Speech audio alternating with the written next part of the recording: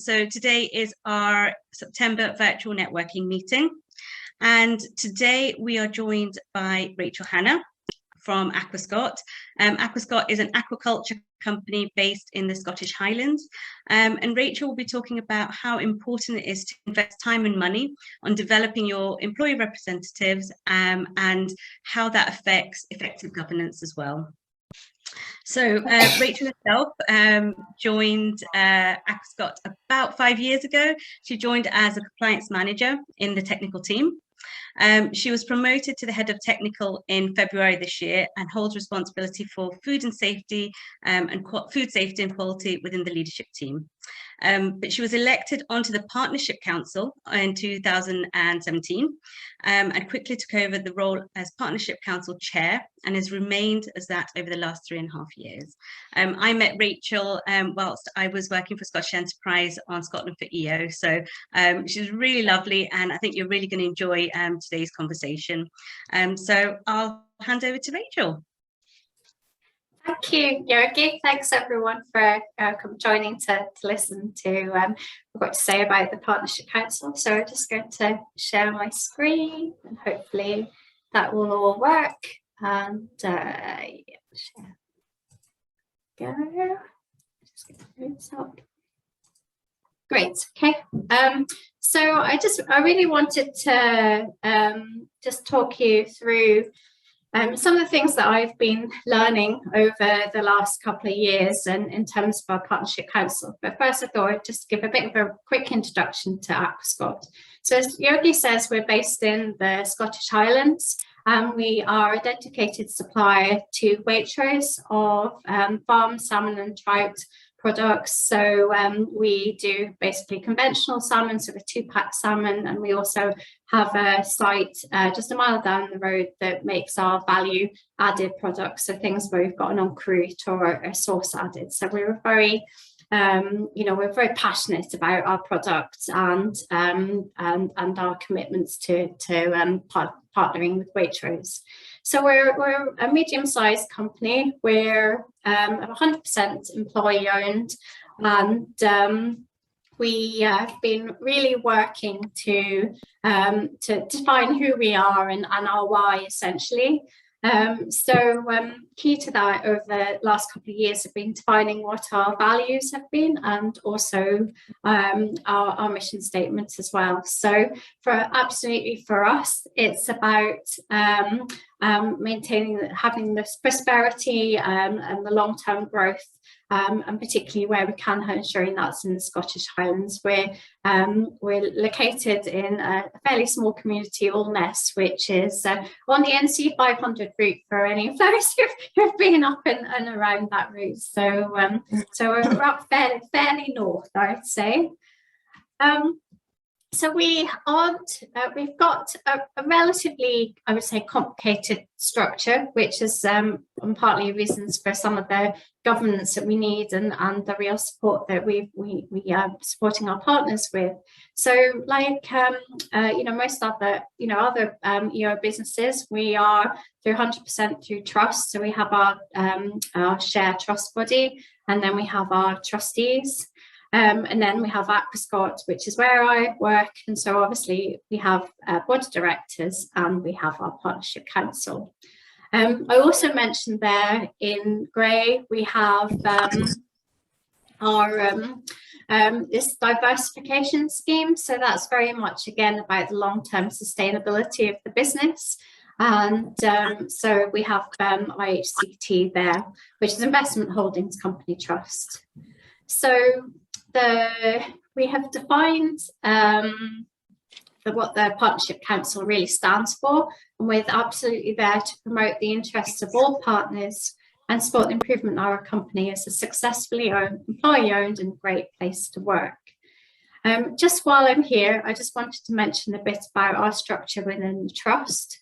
So we have obviously, we've got an Aquascot Trust Chair, and then we have representation from IHCT as the IHCT Chair. And we also have 2 partner directors, which are from the Partnership Council, which I'll talk through in a bit more detail, as well as the Managing Director for Aquascot. and 2 non-exec directors as well. So we're a fairly well-sized and structured trustees board, and that's really important in terms of our governance and how we manage through the Partnership Council and how that works.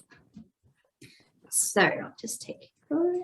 So within the Partnership Council, we, over the last, I would say, 2 years, have been very much about trying to define who we are. We've been around as a Partnership Council initially as a leadership council since really we became employee-owned, but over that time, I guess there were some changes and sort of we just wanted to be better defined as to who we are and how we should deliver ourselves. So within that, we set ourselves the objectives of ensuring that we represent all partners, that we're effective at engaging communication with all stakeholders, and you know, separated out the stakeholder piece because of the involvement of IHCT and the others within the wider Aquascot business.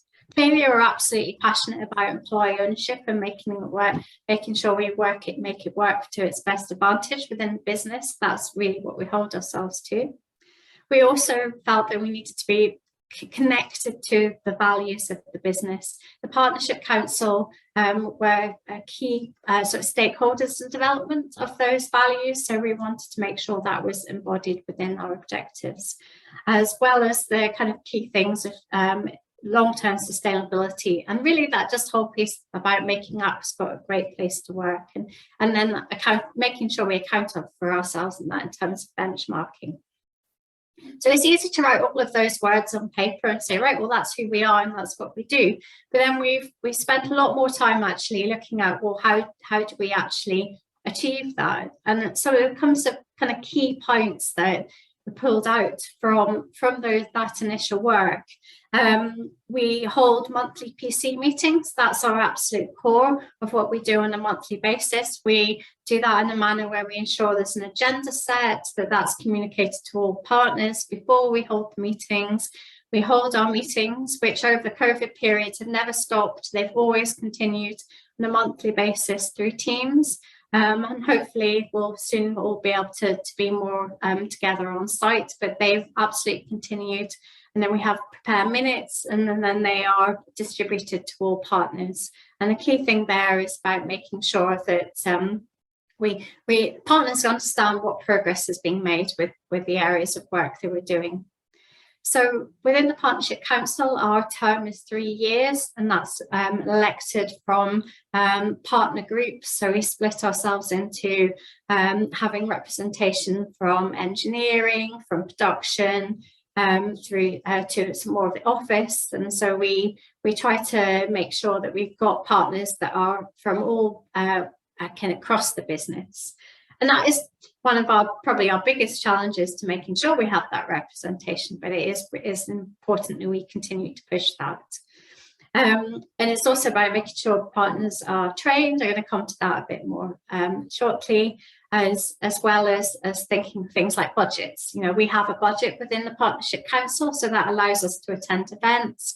It also covers some of the things that when we run events, for example, EO Day, we have a budget for EO Day, and you know, we for this year we had essentially a barbecue on site, and all partners who were on site were able to attend that. So it's things like that that again are helping to spread the message about EO and our impact as a Partnership Council. So I just thought I'd put a slide up about the team. And really what I wanted to show within that, I won't go through all the names, is that we do have a real diverse selection of partners within the Partnership Council. And they all have their own roles, they all have their own day jobs, and that can be really challenging when you're, you know, essentially mainly floor-based or within the factory, and you have pressures about ensuring daily orders are dispatched, and you know, all those pieces. So that does make it challenging, but again, it also means that we always continually grounded as partnership council as to what really matters for the partners. And that again is a really important piece for us. So yes, you can see at the moment we have 9 partners, and we can go up to 12 partners, and we're currently in a sort of a process of looking at additional partners that we can get on. We would normally do that through an election, but we have in more recent times also delivered this through a co-opting process. So where we identify there's a real rational need to ensure representation, we can have that opportunity to co-opt members on, and that's all been ratified through the trust, so that that's an approved process, and then we're ensuring that we continue to be robust and operating as a full partnership council. So there were three key areas that I wanted to go through today, which are kind of some of the recent work that we've been doing that I think really helped to demonstrate why governance is important. So this has been through living the values through our policies, defining our governance through procedures, and increasing PC members' understanding and growth, which absolutely is fundamental to us, and we continue to learn and develop as we go.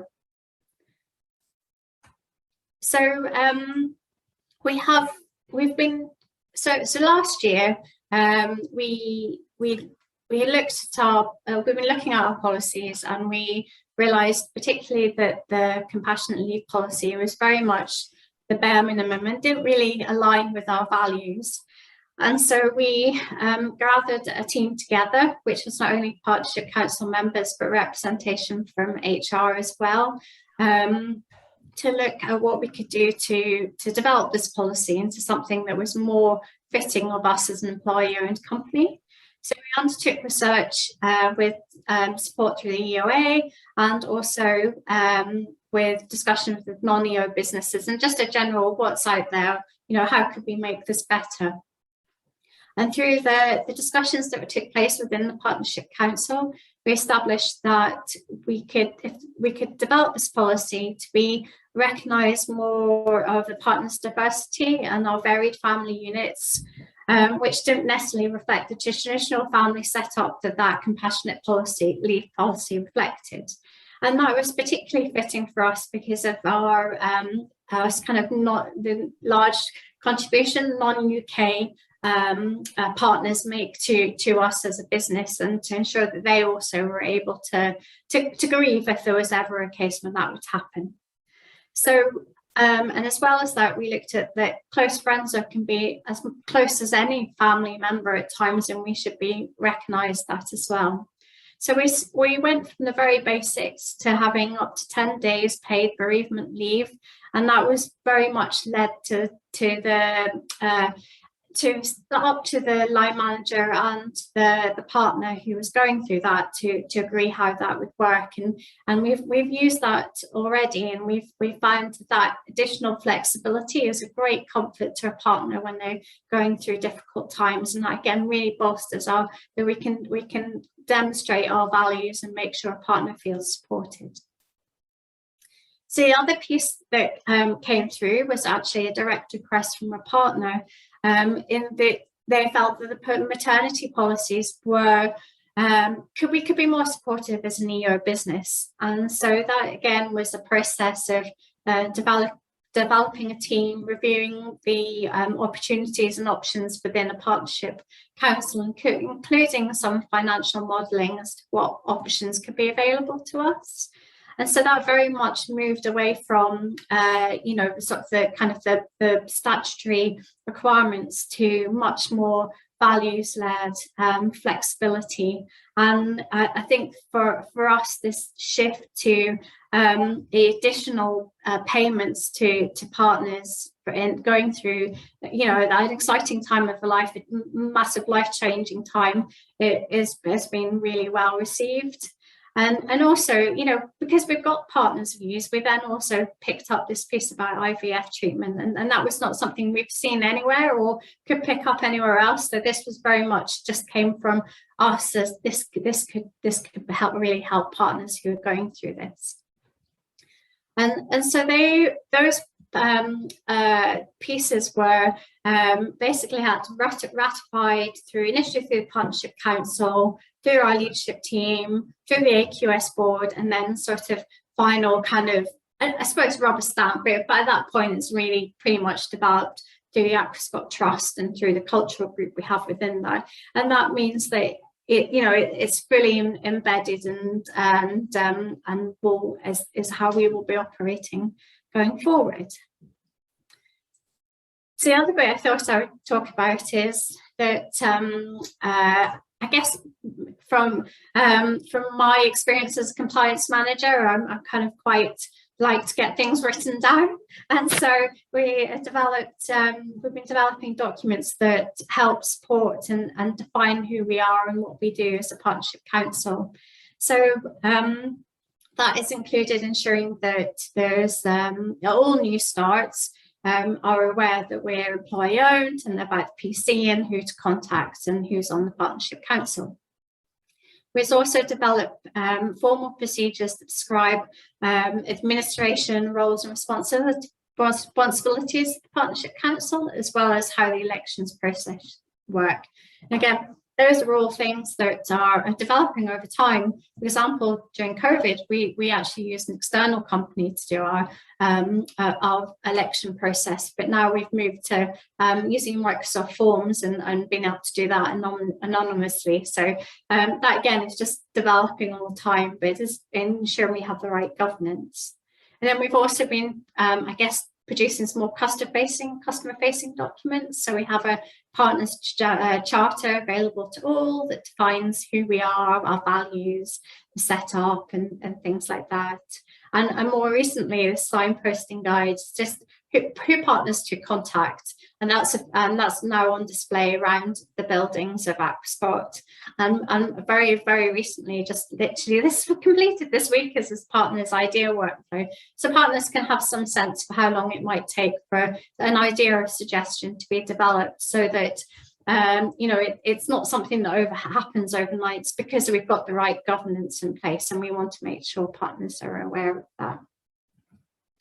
So the final piece is about supporting PC members' understanding and growth.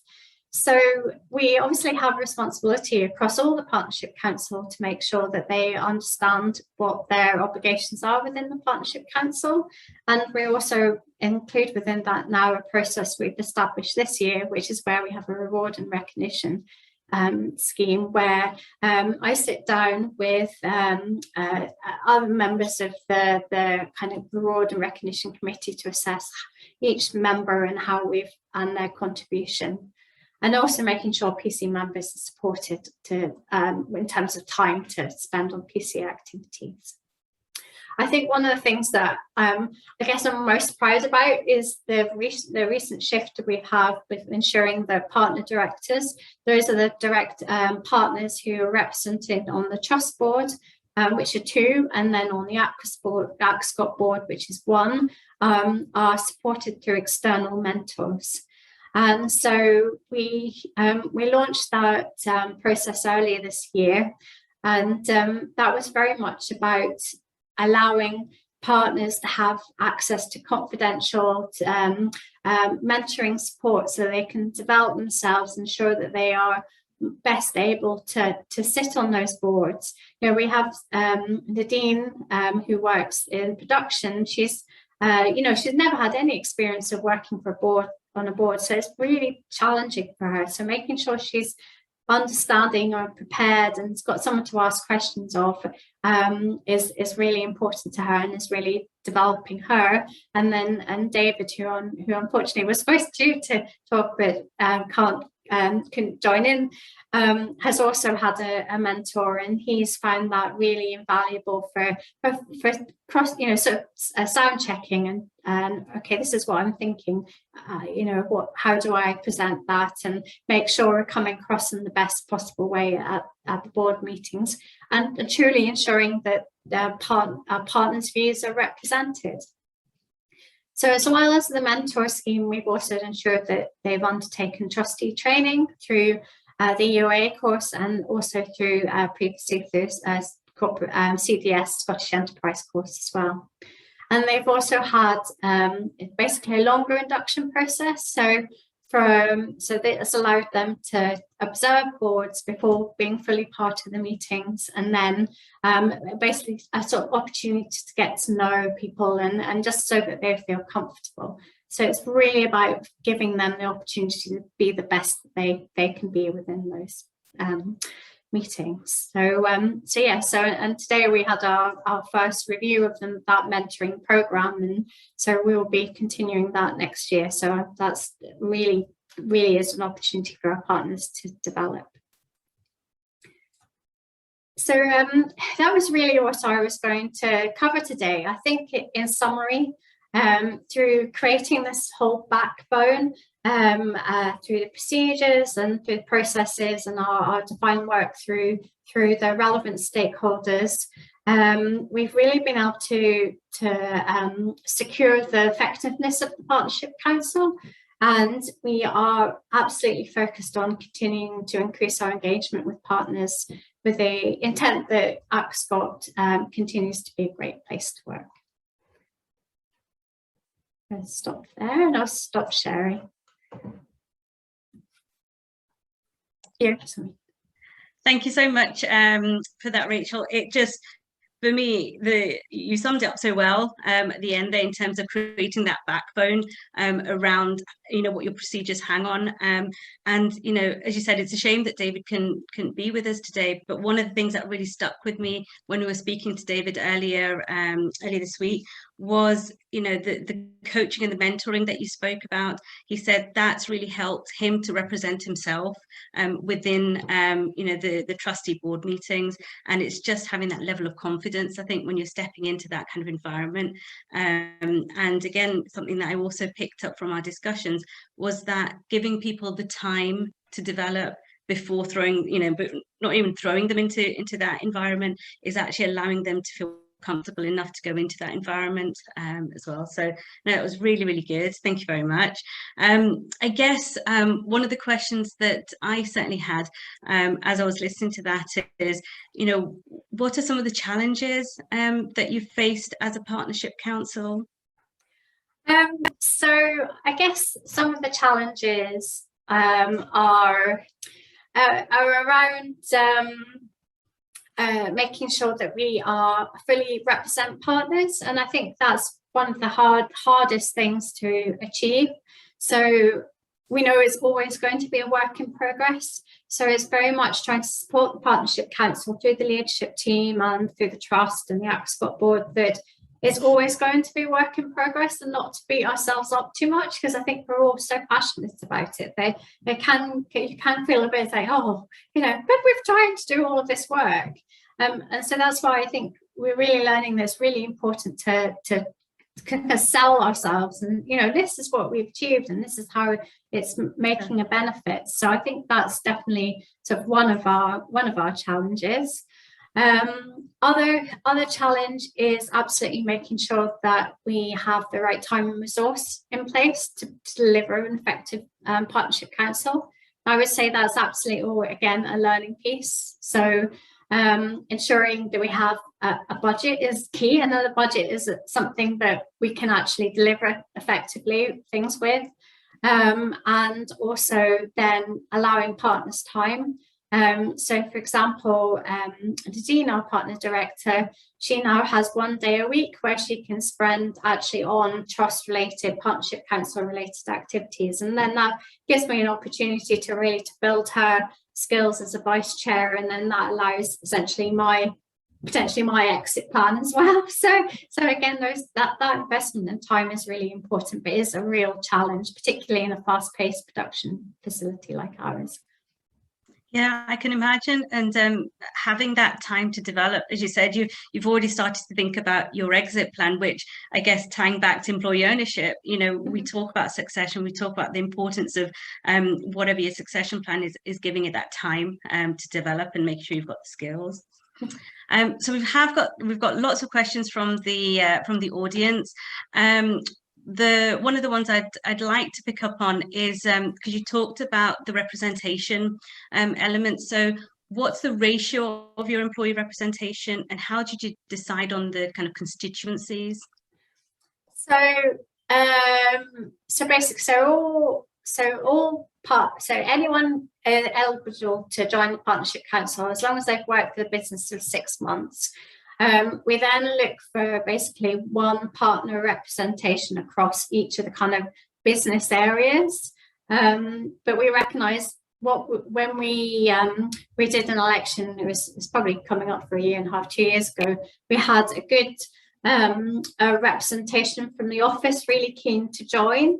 And rather than tying ourselves in knots over, well, that doesn't quite work, it doesn't quite fit with the constituency, we recognise we want to have people who are passionate about Partnership Council. So that's where we started to introduce the co-opt idea. And now, because we've got that strength, we have more production partners and in other areas interested, because they can see a difference is being made. So I guess it's just not about sticking to hard and fast rules all the time, but as long as it's ratified through the trust and things like that, then for me it feels that's the right way to go, because it's just about developing an effective Partnership Council. Absolutely. Can you tell me a little bit about what, I guess, co-opting means? Some people may not have heard that particular term. Okay, so I mean, it is used by I guess other boards, other councils. So it's really that piece of where you identify there's a gap, skills, knowledge, representation. Then rather than running through purely an election process, which might leave you to negligible results, as a Partnership Council, if we look and we've got an interested party, rather than directly running an election and then pretty much scaring that person by going, oh, I've got to try and get votes, and this could provide a complete blockage. We've identified we need those skills, and therefore we're bringing that person on with those skills and that knowledge. Okay, fantastic, thank you. And I guess thinking about the council and empowerment, so what have the operating board done to support the partner and council to feel empowered to actually do the work that you do? So I guess how have we done that? I think that's very much about them being involved in meetings, but inviting them along, but again being there as a partner, but as a contributor, so that we feel supported. I also have sort of regular catch-ups with the chair of the Apscot Trust, so that we're discussing issues, and we're looking at what's happening next and where we need to move forward. So then we've got the buy-in at the highest level to make sure things are happening. And we also have sort of what we call leadership team Partnership Council workshops, so where we can discuss and we can thrash out issues. So again, it's about joint working, so we can all feel empowered to make that change. And so I guess there's a couple of examples how we would make sure the Partnership Council feels empowered. Absolutely. So it sounds like it's kind of an us, not a them and us, and it's just, as you said, I like the idea of the operating board coming in and being contributors to your Partnership Council meetings. Okay, so we've got another one here. In terms of colleagues and understanding areas of progress, what information have you found that most in demand in terms of what people want to know and understand. So, for example, is financial progress something that is quite popular? Do people want to know about it? What other information do people want to know about?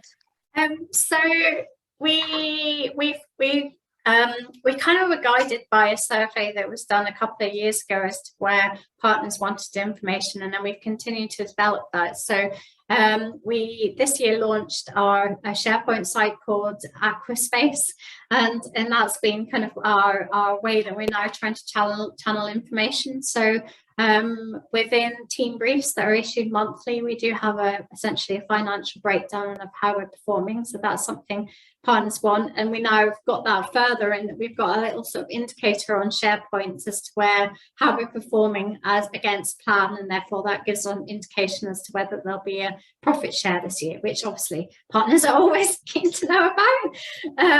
And then I think other things, particularly partners have been involved in discussions or progress with some of the policy changes, then we will look to communicate those and provide updates. We've got our own newsletter, aptly named Fishtails, and so we communicate through that as well. So and then I think there will be other things that come to us that, about changes happening on site and plans and things like that. So we're always conscious about trying to feed through the right channels and the right information. So it can be quite varied, the ask of what's happening. So yeah, and it's good to have that kind of range of information, that it's not just focused on kind of, as you said, the profit share.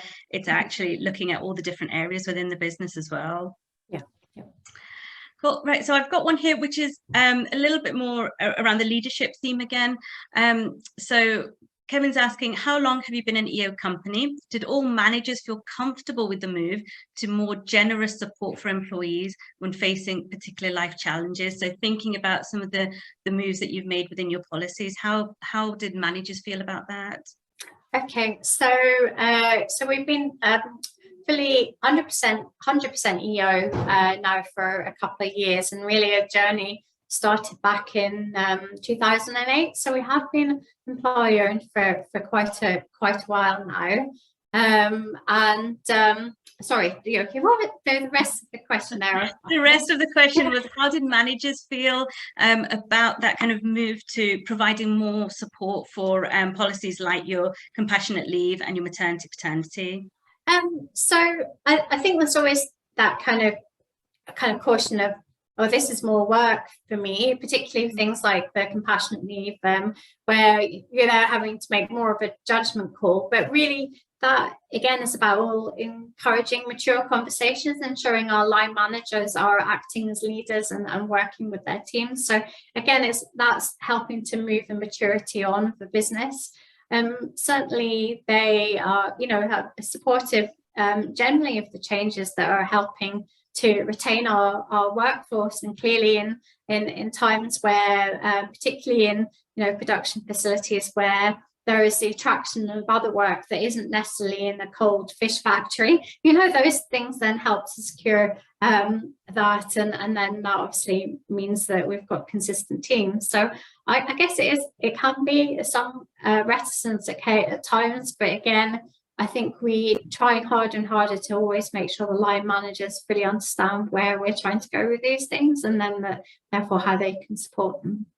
Yeah, I think it's the point around that maturity and having mature conversations is so important, because in a lot of cases, you do have that kind of adult to child relationship where you have line management, but it's trying to keep the conversations kind of adult to adult. So I think that's really important to keep emphasizing that. So I've got a question around the mentors, actually, because again, for me, that was a really innovative approach to developing your trustees.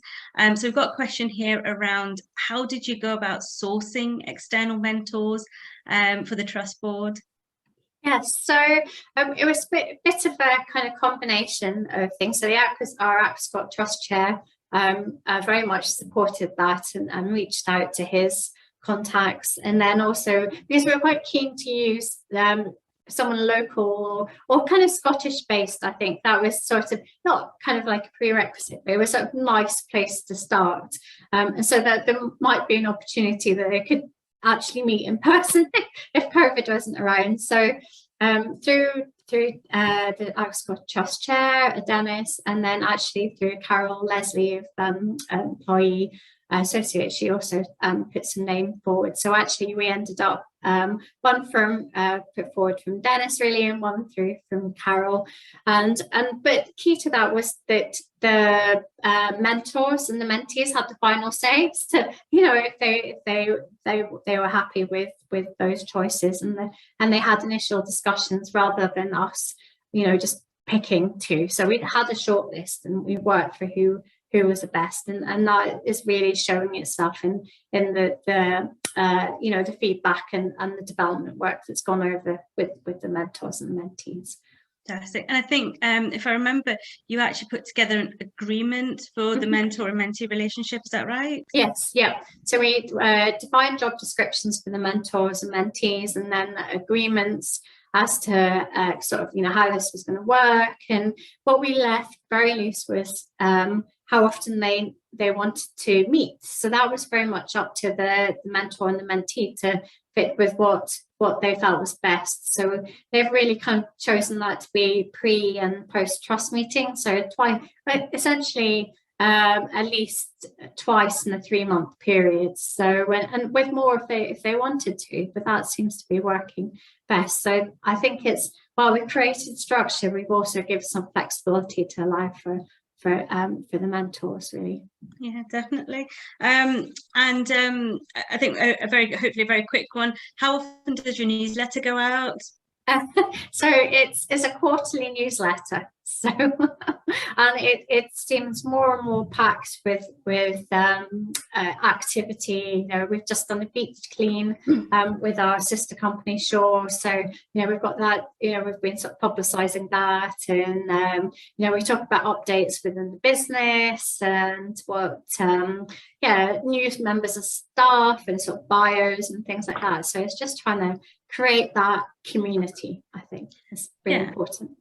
And who creates that? Is that kind of an individual within the Partnership Council, or is it lots of people? Just thinking about kind of that time and resource element that you mentioned. So it's led normally by Justine, who's hopefully on the call today, and then we have a team we call our Fishtails team, and that includes the MD. So he normally has at least one article to write, and that's really important. He's in part of that, and then there's about 5 or 6 of us, and then we're always I'm always looking out for new members and getting people to write articles, and Justine's the same, and that seems to work. And I think we've got pretty streamlined and effective at getting them done without a huge amount of resource. Fantastic. I've got one last question before we go into our breakout rooms, and it's really around that development part. You mentioned, I guess, the development, how it impacts individuals. From your experience, how has it impacted you and your development as chair, as Partnership Council member and then chair? Okay, so I'm going to do that, and then I'll let Justine, if she's on, to talk as well. When I joined the business, I'd come from a completely different world in consultancy, and what for me, I was really wanted to be about making a difference to one business, and that was really and the interest in employership piece. So I guess what I found within the Partnership Council is it really draws out your emotional intelligence side and makes you much more aware of it and makes you more self-reflecting. So that really helps to develop yourself as a leadership, as a leader. And I think that's been really important for setting me on the path and now being head of technical. It also gives a huge exposure to to external and learning, and being able to go and visit other companies and presenting like this. I've done a couple of these too now, and it's just about sharing that knowledge. So I think that really does help you develop. I think you've also got to be you've got to be quite strong-willed, and it kind of, you know, it increases your your passion and your determination to, because it's easy to get slightly defeated when you're still aware of where we are in terms of our engagement of partners and things like that. So you just got to keep picking yourself up and keep developing, and I think that's really showed through the work that we've developed. Okay. Yeah, Justine, if you're I think you're there. If you want to take yourself off mute, and it'd be great to get some of your insight as well.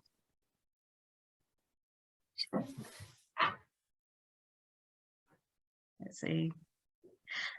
Well, I mean, whilst we're waiting for Justine, I guess one last question, if I can do that, is what 3 bits of advice would you give to a business that's considering implementing an employee council? Okay. So for me, first of all, make sure. So for me, it's by making sure there's a budget, so you've got the right time and resources. So I think you're pretty much hands tied behind your back if you don't have that. So ensure those conversations are had is absolutely beneficial. Make sure you've got people who are passionate about making things better for the organisation. I think it's easy that the partnership council can kind of become a bit of a moan and groan session. So you've really got to make sure your partners are seeing beyond that and seeing how they can make a difference, and that's not always easy. And I think the final point for me was ensure you do determine the structure for how it's going to operate, who your stakeholders are, who you're interacting with, and then defining what it is you want to set out to deliver. And therefore then you've got something to work on, and you can reflect back on and make sure you're keeping on track and can actually see benefits from your monthly meetings and everything else that goes beyond it. Okay. I think I've just Justine said we weren't able to hear her. We'll give it one more try. If not, we can maybe share some information afterwards. No, I think no, that's a shame. Technology might have defeated us this time. But fantastic, those 3 bits of advice: budget, passion and governance, to making a really effective partnership council. I think that's brilliant. Okay, so now we're going to step into breakout rooms, hopefully an opportunity for everyone to reflect on what we've heard around the partnership council element and governance, and share your own insights and ask some questions. So please do contribute. You don't have to put yourselves on mute for this part, but also, as I mentioned, the conversations are confidential. So in a moment you'll see a little dialog box pop up, which will take you to the key rooms that you've been allocated to.